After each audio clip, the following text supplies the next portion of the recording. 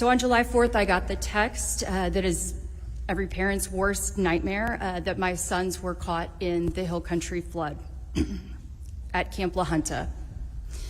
I raced to Kerrville to learn that my 7-year-old, just finished kindergarten, Brock, had survived only because his brave teenage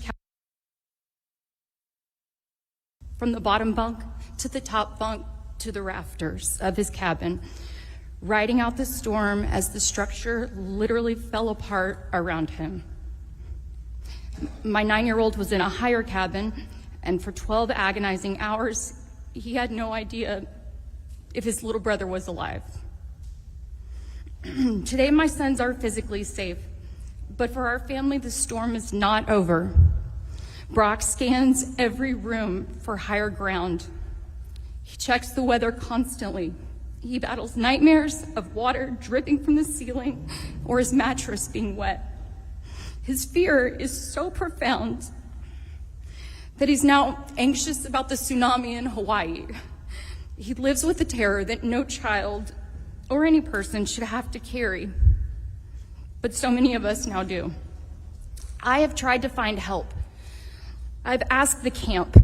I've asked FEMA. The answer is the same. Sorry, we don't know what to tell you. You're in Houston.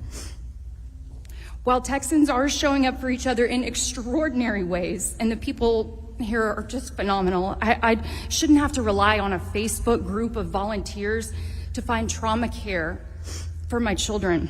I'm a former journalist, and I understand how politics work, and I pray that these hearings are more than just for show, because every day that we just focus on political posturing instead of people is another day that families like mine are falling through the cracks. And as Representative Moody noted last week, we are better than this. Please remember that this disaster impacted families from every corner of Texas. I pray that this beautiful community gets every resource it needs to rebuild, but do not forget the thousands of us who were just visiting, who are now weathering the storm alone from outside the disaster zone. So today I have a couple of simple urgent requests. First, release the emergency funds for the recovery now. It seems obvious, but apparently it's still hung up. Second, make mental health care a central funded part of the state's official disaster response. That means creating a system to identify who is impacted and proactively providing them with care, no matter where in Texas or beyond they call home. If they were here, they need help.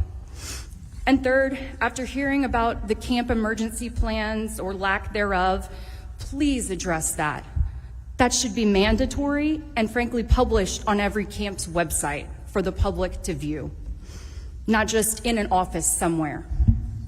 My sons didn't ask for this tragedy, but as their mom and a lifelong Texan, I am firmly asking for your help.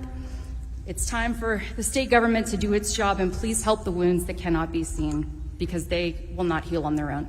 Thank you. Thank you, ma'am.